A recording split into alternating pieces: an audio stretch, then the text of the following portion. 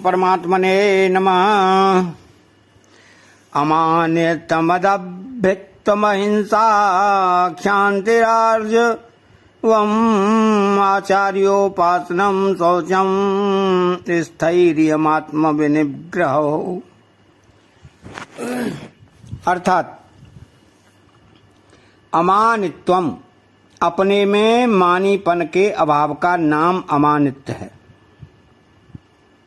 वर्ण आश्रम योग्यता विद्या गुण पद आदि को लेकर अपने में श्रेष्ठता का भाव होता है कि मैं मान्य हूं, आदरणीय हूं, परंतु यह भाव उत्पत्ति विनाशशील शरीर के साथ तादात्म्य में होने से ही होता है। अतः इसमें जड़ता की ही मुख्यता रहती है। इस मानीपन के रहने से साधक को वास्तविक ज्ञान नहीं होता। यह मानीपन साधक में जितना कम रहेगा उतना ही जड़ता का महत्व कम होगा। जड़ता का महत्व जितना कम होगा, जड़ता को लेकर अपने में मानीपन का भाव भी उतना ही कम होगा और साधक उतना ही चिन्मयता की तरफ तेजी से लगेगा। उपाय: जब साधक खुद बड़ा बन जाता है तब उसमें मानीपन आ जाता है। अतः साधक को चाहिए कि जो श्रेष्ठ पुरुष है, साधन में अपने से बड़े हैं, तत्वज्ञ, जीवन मुक्त हैं, उनका संग करे, उनके पास में रहे, उनके अनुकूल का बन जाए। इससे मानीपन दूर हो जाता है। उतना ही नहीं, उनके संग से बहुत से दोष सुगमतापूर्वक दूर हो जाते हैं। गोस्वामी तुलसीदास जी कहते हैं कि सबहि मान प्रद आप अमानी, अर्थात संत सभी को मान देने वाले स्वयं अमानी, मान पाने की इच्छा से रहित होते हैं। इसी तरह साधक को भी मानीपन दूर करने के लिए सदा दूसरों के मान सम्मान सत्कार बड़ाई आदि देने का स्वभाव बनना चाहिए। ऐसा स्वभाव तभी बन सकता है जब वह दूसरे को किसी न किसी दृष्टि से अपने से श्रेष्ठ माने। यह नियम है कि प्रत्येक मनुष्य भिन्न भिन्न स्थिति वाला होते हुए भी कोई न कोई विशेषता रखता ही है। यह विशेषता वर्ण आश्रम गुण विद्या बुद्धि योग्यता पद अधिकार आदि किसी भी कारण से हो सकती है। अतः साधक को चाहिए कि वह दूसरों की विशेषता की तरफ दृष्टि रखकर उनका सदा सम्मान करे। इस प्रकार दूसरों को मान देने का भीतर से स्वभाव बन जाने से स्वयं मान पाने की इच्छा का स्वतः अभाव होता चला जाता है। हाँ, दूसरों को मान देते समय साधक का उद्देश्य अपने में मानीपन मिटाने का होना चाहिए, बदले में दूसरों से मान पाने का नहीं।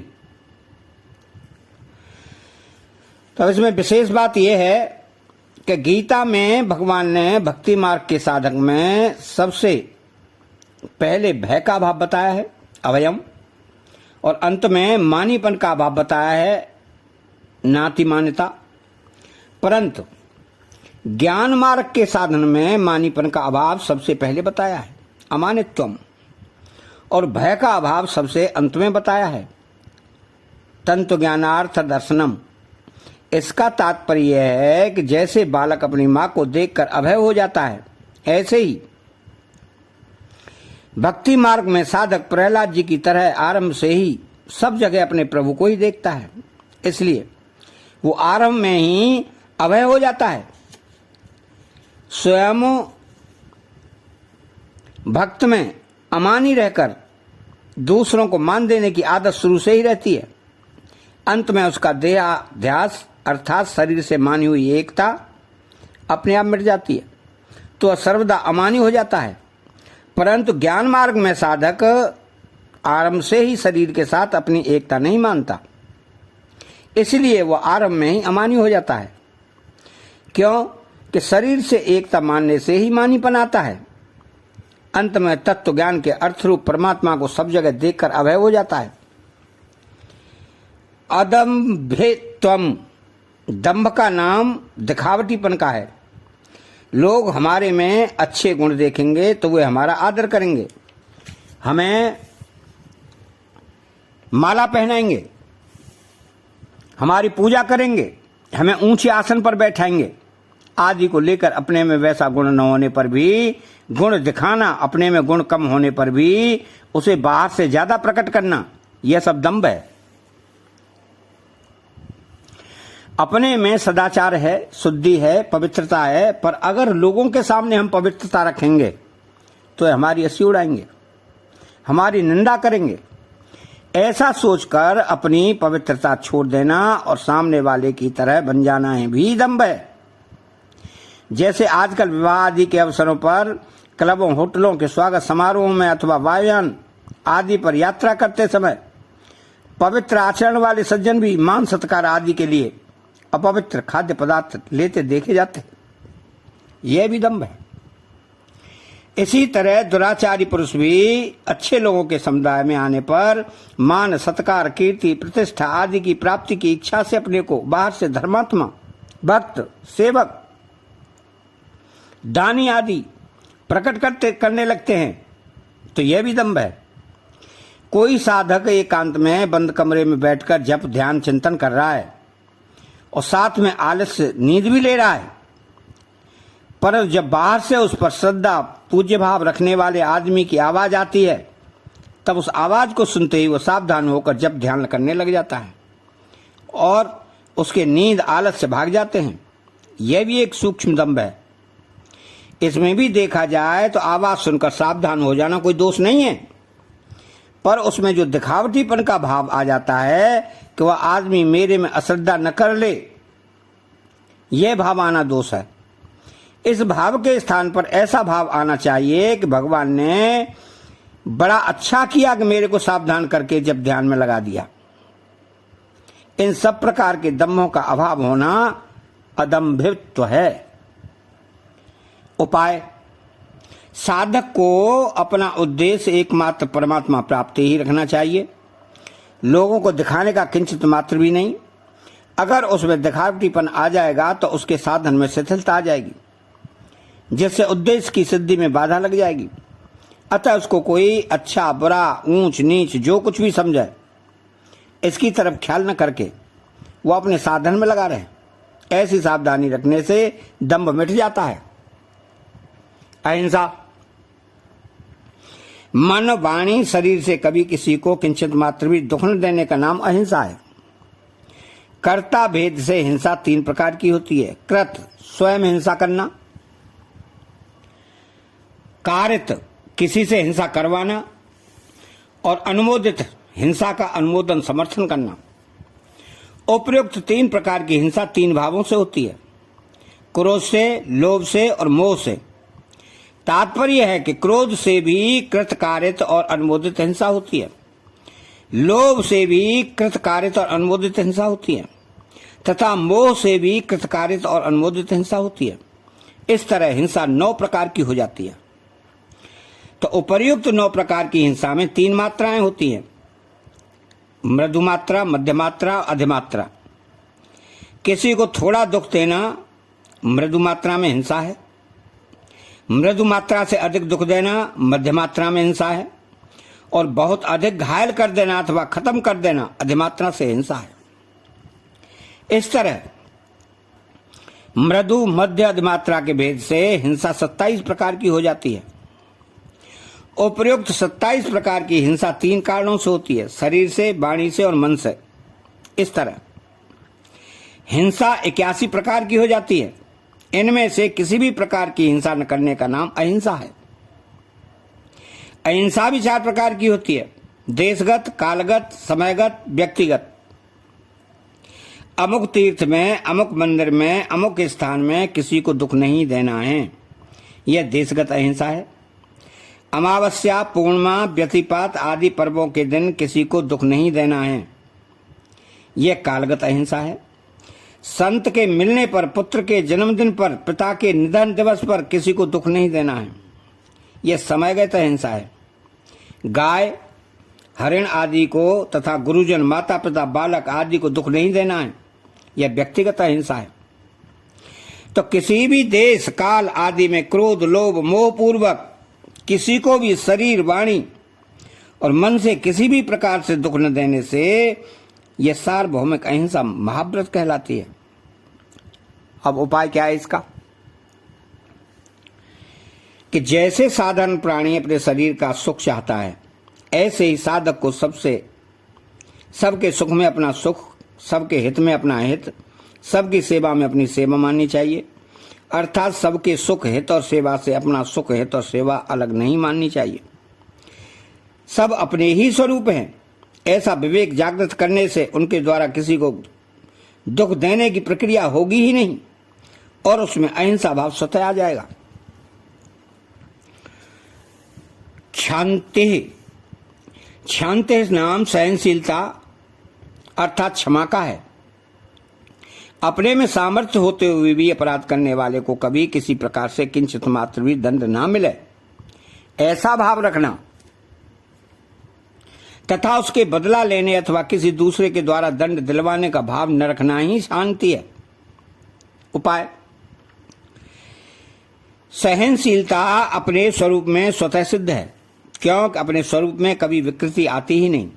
अतः कभी अमुक ने दुख दिया है, अपराध किया है, ऐसी कोई वृत्ति आ भी जाए तो उस समय यह विचार स्वतः आना चाहिए कि हमारा कोई बिगाड़ कर ही नहीं सकता, हमारे में कोई विकृति आ ही नहीं सकती, वह हमारे स्वरूप तक पहुंच ही नहीं सकता।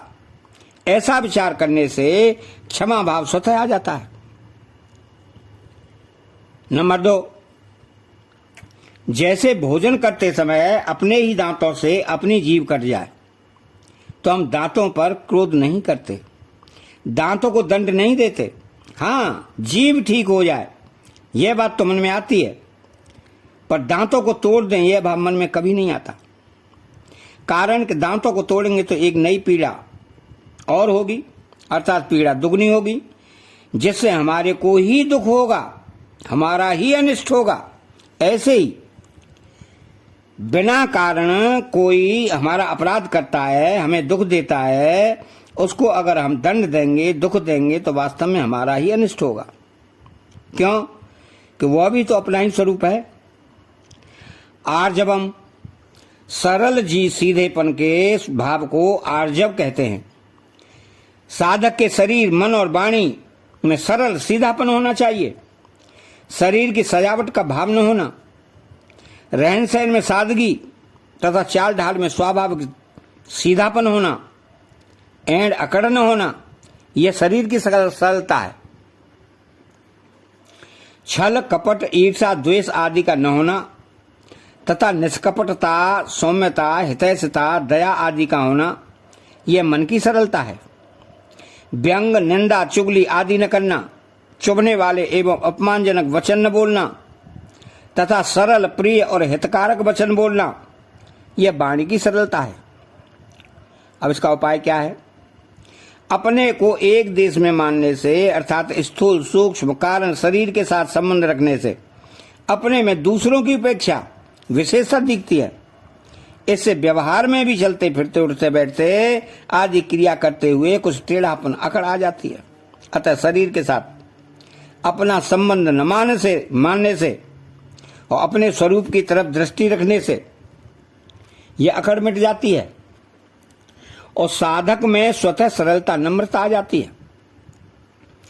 आचार्योपासनम, विद्या और सदुपदेश देने वाले गुरु का नाम भी आचार्य है और उनकी सेवा से भी लाभ होता है, परंतु यहाँ आचार्य पद परमात्मा तत्व को प्राप्त जीवन मुक्त महापुरुष का ही वाचक है। आचार्य को दंडवत प्रणाम करना, उनका आदर सत्कार करना, उनके शरीर को सुख पहुंचाने की शास्त्र चेष्टा करना भी उनकी उपासना है। पर वास्तव में उनके सिद्धांतों और भावों के अनुसार अपना जीवन बनाना ही उनकी सच्ची उपासना है। कारण कि देहाभिमानी की सेवा तो उसके देह की सेवा करने से ही हो जाती है, पर गुणातीत महापुरुष के केवल देह की सेवा करना उनकी पूर्ण सेवा नहीं है। तो भगवान ने दैवी संपत्ति के लक्षणों में आचार्योपासनम पद न देकर यहाँ ज्ञान के साधनों में उसे दिया है। इसमें एक विशेष रहस्य की बात मालूम देती है कि ज्ञान मार्ग में गुरु की जितनी आवश्यकता है उतनी आवश्यकता शक्ति मार्ग में, भक्ति मार्ग में नहीं है। कारण कि भक्ति मार्ग में साधक सर्वदा भगवान के आश्रित रहकर ही साधन करता है, इसलिए भगवान स्वयं उस पर कृपा करके उसके योग क्षेम का वहन करते हैं, उसकी कमियों को, विघ्न बाधाओं को दूर कर देते हैं और उसको तत्व ज्ञान की प्राप्ति करा देते हैं।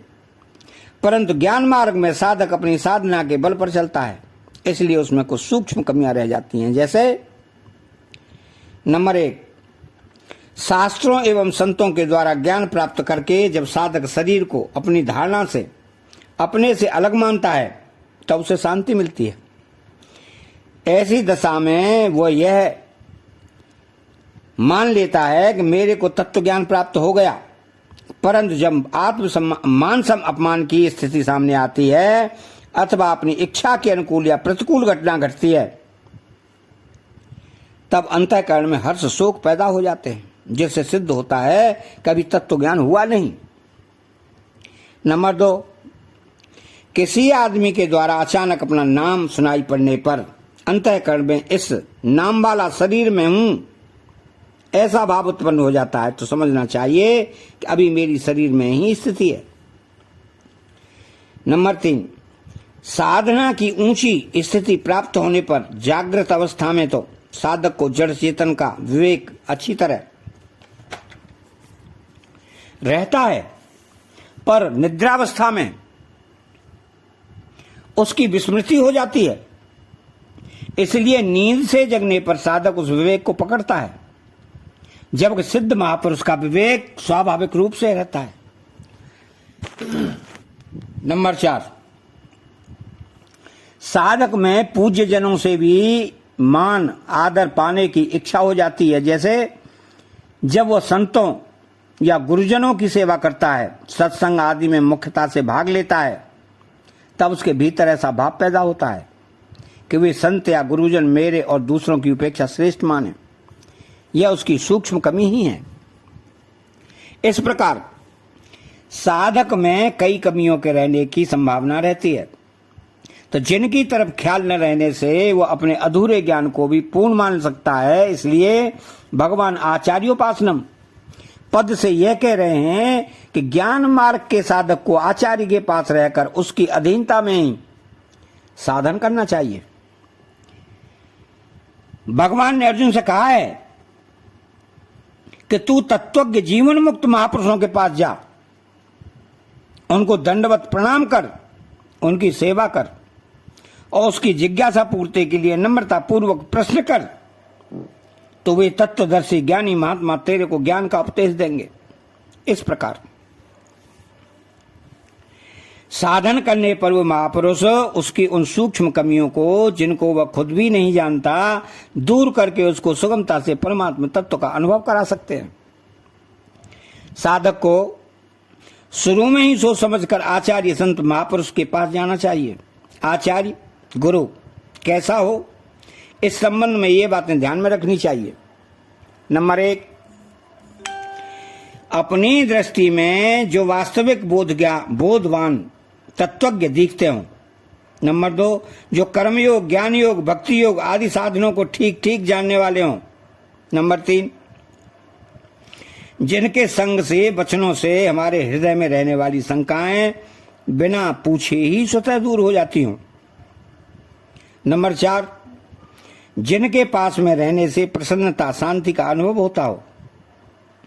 नंबर 5, जो हमारे साथ केवल हमारे हित के लिए ही संबंध रखते हुए दिखते हों। और नंबर 6, जो हमारे से किसी भी वस्तु की किंचित मात्र भी आसान रखते हो। अपने कर्तव्य का तत्परता से पालन करें तो उसका संसार से संबंध विच्छेद हो जाता है।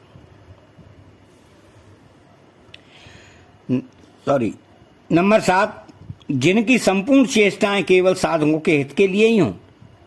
नंबर 8, जिनके पास में रहने से लक्ष्य की तरफ हमारी लगन स्वतः बढ़ती हो। नंबर 9, जिनके संग दर्शन भाषण स्मरण आदि से हमारे दुर्गुण दुराचार दूर हों, स्वतः सद्गुण सदाचार रूप दैवी संपत्ति आती हों। और नंबर 10, जिनके सिवाय और किसी में वैसी अलौकिकता विलक्षणता न दिखती हो। ऐसे आचार्य संत के पास रहना चाहिए और केवल अपने उद्धार के लिए ही उनसे संबंध रखना चाहिए। वे क्या करते हैं, क्या नहीं करते, वे ऐसी क्रिया क्यों करते हैं, वे कब किसके साथ कैसा बर्ताव करते हैं आदि में अपनी बुद्धि नहीं लगानी चाहिए। अर्थात उनके क्रियाओं में तर्क नहीं लगाना चाहिए। साधक को तो उनके अधीन होकर रहना चाहिए, उनकी आज्ञा रुख के अनुसार मात्र क्रियाएं करनी चाहिए और श्रद्धा भाव पूर्वक उनकी सेवा करनी चाहिए। अगर वे महापुरुष न चाहते हो तो उनसे गुरु शिष्य का व्यावहारिक संबंध भी जोड़ने की आवश्यकता नहीं है। हाँ, उनको हृदय से गुरु मानकर उन पर श्रद्धा रखने में कोई आपत्ति नहीं है। अगर ऐसे महापुरुष न मिले तो साधक को चाहिए कि वह केवल परमात्मा के परायण होकर उनके ध्यान चिंतन आदि में लग जाए और विश्वास रखे कि परमात्मा अवश्य गुरु की प्राप्ति करा देंगे। वास्तव में देखा जाए तो पूर्णतया परमात्मा पर निर्भर हो जाने के बाद गुरु का काम परमात्मा ही पूर्ण कर देते हैं। क्यों कि गुरु के द्वारा भी वस्तुतः परमात्मा ही साधक का मार्गदर्शन करते हैं। उपाय: जिस साधक का परमात्मा प्राप्ति का ही उद्देश्य है उसमें यह भाव रहना चाहिए कि आज तक जिस किसी को जो कुछ भी मिला वह गुरु की संतों की सेवा से, उनकी प्रसन्नता से, उनके अनुकूल बनने से ही मिला है। अतः मेरे को भी सच्चे हृदय से संतों की सेवा करनी है। अब इसमें विशेष बात आगे ये है कि शिष्य का कर्तव्य गुरु की सेवा करना। अगर शिष्य अपने कर्तव्य का तत्परता से पालन करे तो उसका संसार से संबंध विच्छेद हो जाता है और वह गुरु तत्व के साथ एक हो जाता है, अर्थात उसमें गुरुत्व आ जाता है। संसार से संबंध विच्छेद होने पर मुक्ति और गुरु तत्व के एक होने का भक्ति प्राप्त होती है। शिष्य में गुरुत्व आने से उसमें शिष्यत्व नहीं रहता, उस पर शास्त्र आदि का शासन नहीं रहता। अगर शिष्य अपने कर्तव्य का पालन न करे तो उसका नाम तो शिष्य रहेगा पर उसमें शिष्यत्व नहीं रहेगा। शिष्यत्व न रहने से उसका संसार से संबंध विच्छेद नहीं होगा और उसमें गुरुत्व भी नहीं आएगा, अतः उसमें संसार की दास्ता रहेगी। तो गुरु केवल मेरा ही कल्याण करे ऐसा भाव रखना भी शिष्य के लिए बंधन है। शिष्य को चाहिए कि वो अपने लिए कुछ भी न चाहकर सर्वदा गुरु के समर्पित हो जाए, उनकी मर्जी में ही अपनी मर्जी मिला दे। तो गुरु का कर्तव्य क्या है? शिष्य का कल्याण करना। अगर गुरु अपने कर्तव्य का पालन न करे तो उसका नाम तो गुरु रहेगा पर उसमें गुरुत्व नहीं रहेगा। गुरुत्व न रहने से उसमें शिष्य का दासत्व रहेगा। तो जब तक गुरु शिष्य से कुछ भी धन मान बड़ाई आदि चाहता है तब तक उसमें गुरुत्व न रहकर शिष्यता की दास्ता रहती है। शौचम, बाहर भीतर की शुद्धि का नाम शौच है। जल मिट्टी आदि से शरीर की शुद्धि होती है और दया क्षमा उदारता आदि से अंतःकरण की शुद्धि होती है। उपाय: शरीर बना ही ऐसे पदार्थों से है कि इसको चाहे जितना शुद्ध करते रहें यह अशुद्ध ही रहता है।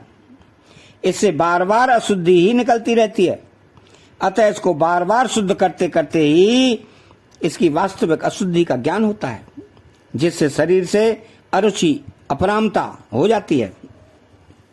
वर्ण आश्रम आदि के अनुसार सच्चाई के साथ धन का उपार्जन करना, झूठ कपट आदि न करना, पराया हक न आने देना, खान पान में पवित्र चीजें काम में लाना आदि से अंतःकरण की शुद्धि होती है।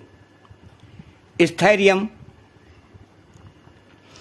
स्थैर्य नाम स्थिरता का विचलित न होने का है। जो विचार कर लिया है, जिसको लक्ष्य बना लिया है, उसे विचलित न होना स्थैर्य है।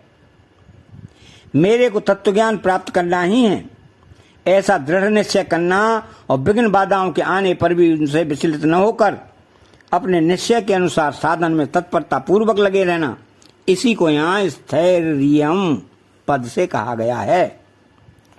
उपाय: नंबर 1, सांसारिक भोग और संग्रह में आसक्त पुरुषों की बुद्धि एक निश्चय पर दृढ़ नहीं रहती, अतः साधक को भोग और संग्रह की आसक्ति का त्याग कर देना चाहिए।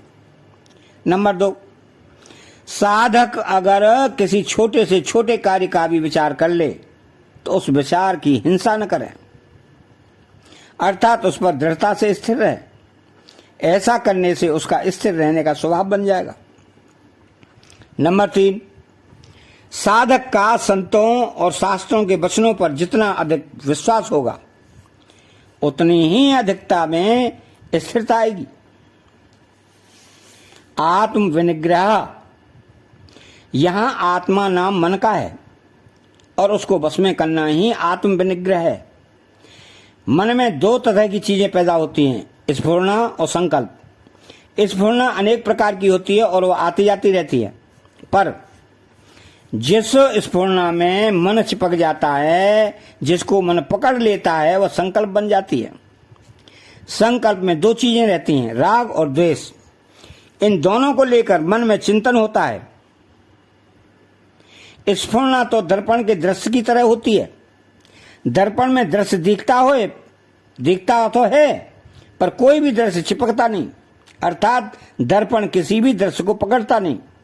परंतु संकल्प कैमरे की फिल्म की तरह होता है, जो दृश्य को पकड़ लेता है। अभ्यास से अर्थात मन को बार बार ध्येय में लगाने से स्फुरणाएं नष्ट हो जाती हैं, और वैराग्य से अर्थात किसी वस्तु, व्यक्ति, पदार्थ आदि में राग महत्व न रहने से संकल्प नष्ट हो जाते हैं। इस प्रकार अभ्यास और वैराग्य से मन बस में हो जाता है। उपाय, मन के बस में करने के उपाय आगे दिए जाएंगे। तो भगवान क्षेत्र के साथ माने हुए संबंध तादात्म्य को तोड़ने के लिए ज्ञान के साधन बताते हैं। ये साधन तादात्म्य को तोड़ने में सहायक हैं। अतः चैनल को सब्सक्राइब करें, बेल आइकन घंटी को दबाएं और कमेंट बॉक्स में जय श्री कृष्णा लिखें। बोले जय श्री कृष्णा।